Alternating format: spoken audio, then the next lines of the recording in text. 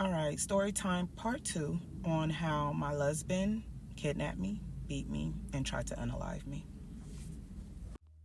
So we're back there and I'm looking around and I'm like, it's a whole business center, my dude. Like, it's 7 p.m. It's not a weekend.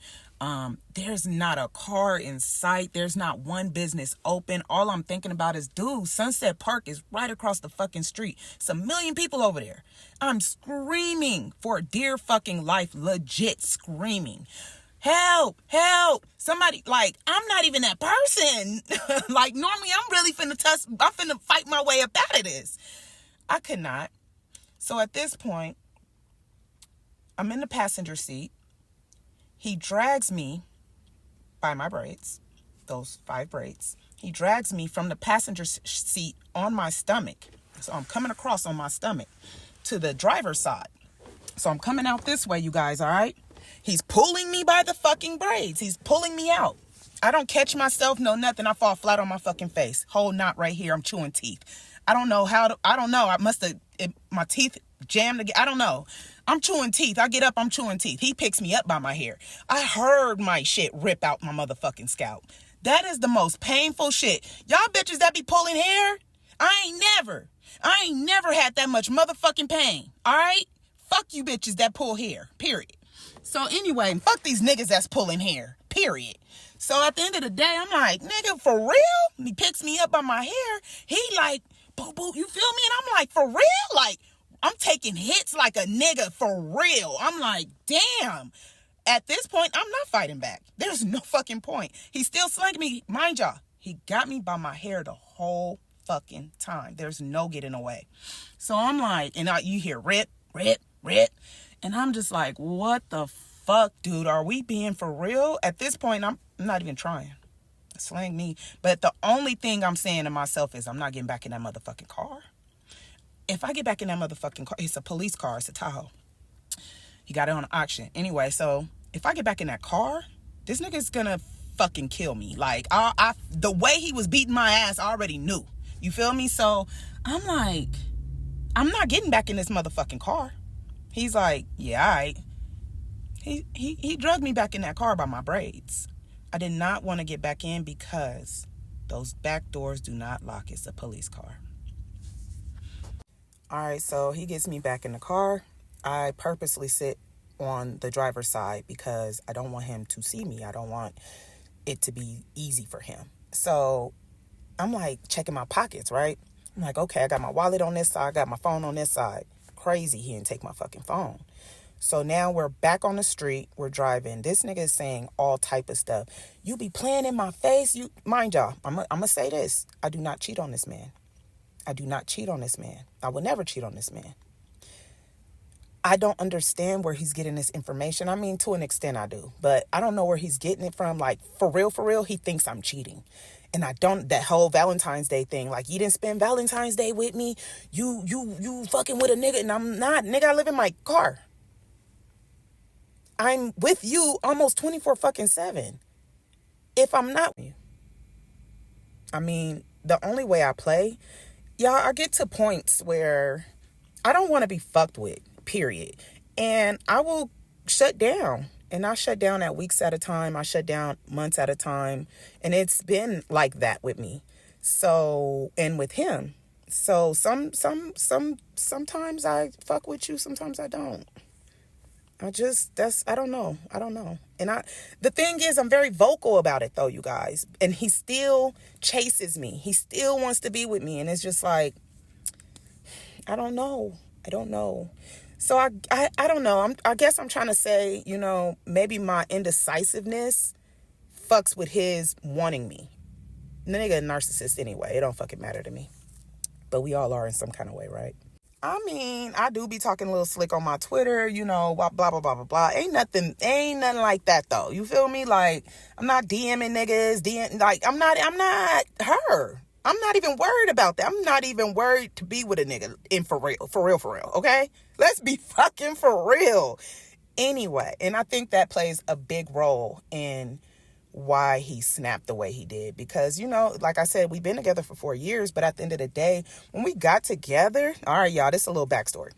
When we got together, it was very, very random, and it was right after I finished this 10-year relationship that, you know, when you get out of a relationship, you're not really done with it yet. You're still kind of lingering. And that's what was going on. And I told him that, like, I'm still kind of like in something right now, but he kind of forced the issue. Okay. He wanted your girl. Okay. He wanted her bad. All right. I'm gonna give y'all a real story time on how we met.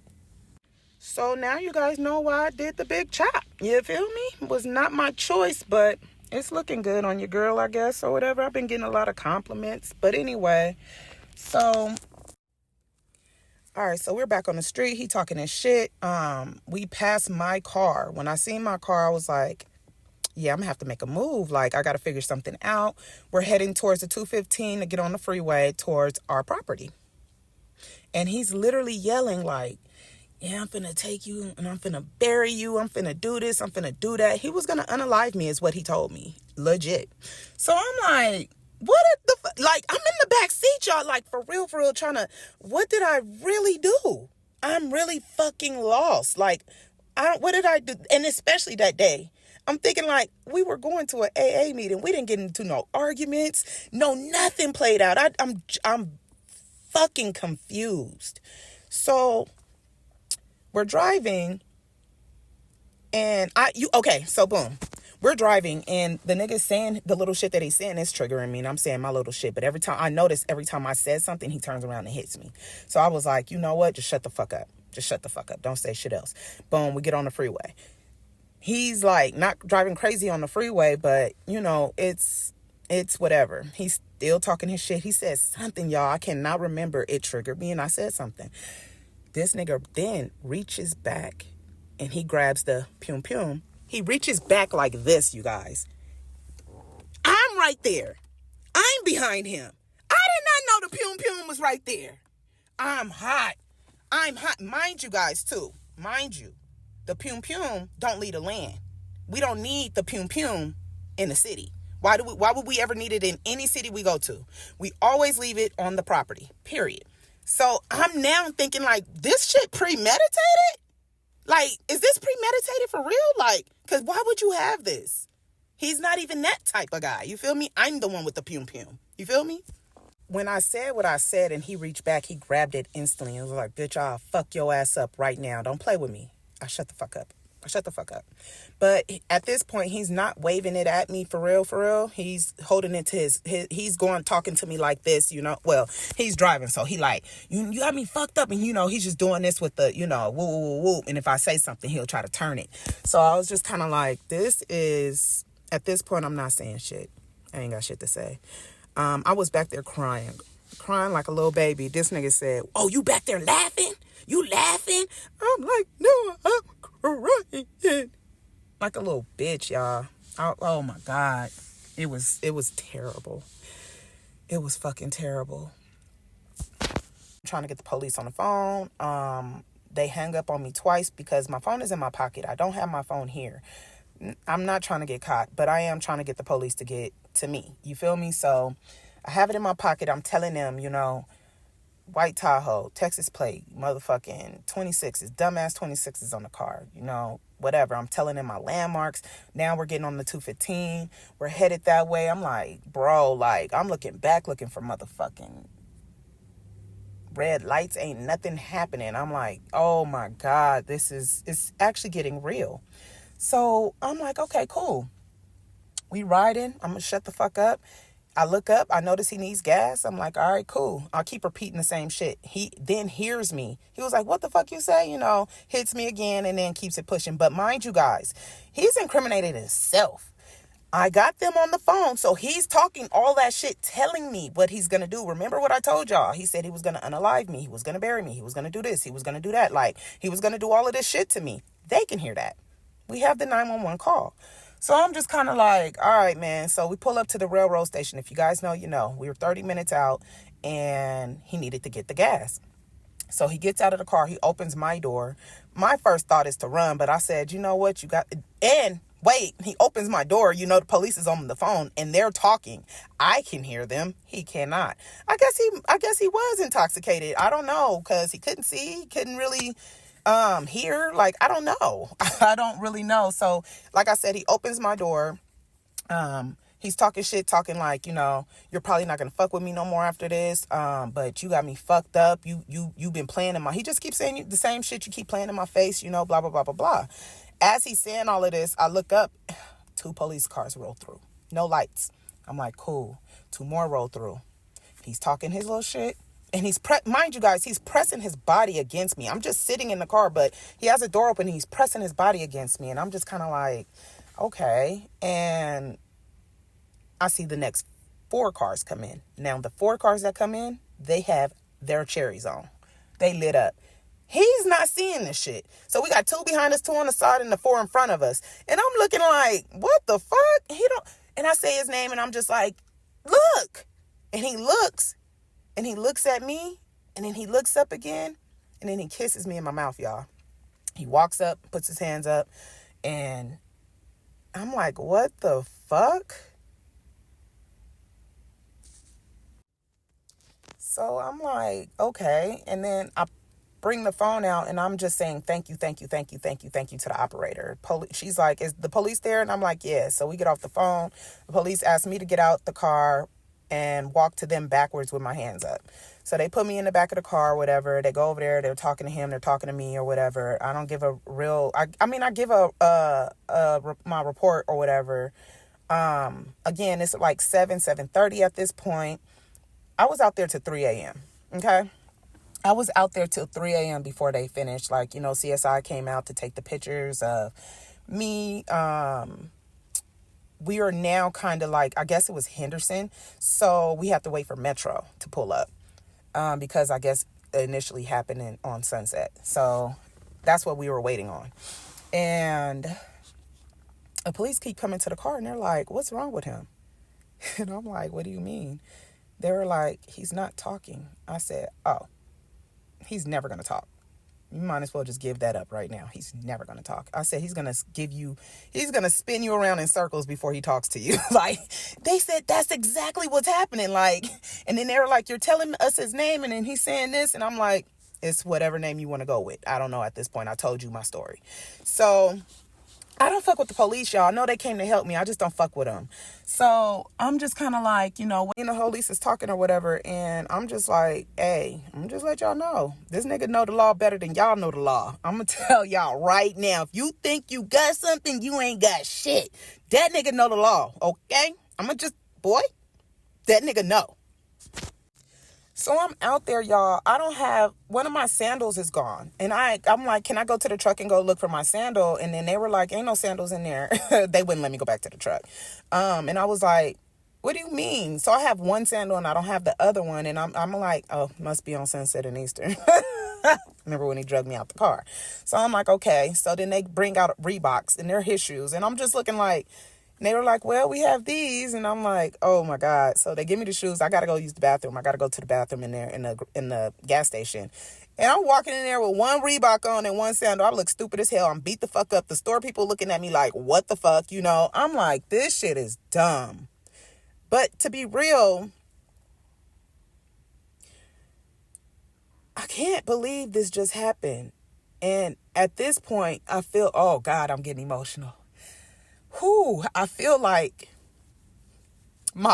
everything has just been ripped from me. Like, y'all, I love this man. I think, I'm going to be honest with you, I love him more than I've loved anybody that I've ever been with, period. I don't give a fuck how y'all niggas feel. I actually love this nigga. And so he's the only person that's ever let me be me. You feel me? Is what I thought. He's the only person that loved me more than I love myself. So it's bittersweet. I just feel like everything is being taken away from me all at once. Oh, as your girl's life is flashing before her eyes, I'm like, damn.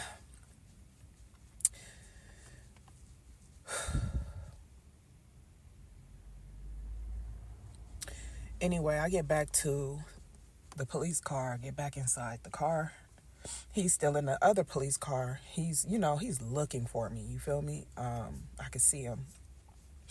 And I'm just kind of like, why the fuck is we still here? Like, y'all can't take me back to my car?